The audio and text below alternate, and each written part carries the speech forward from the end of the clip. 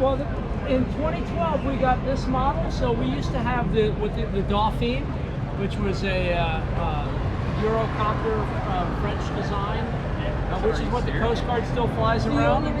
In 2012 and between 12 and 14, we started fielding this one.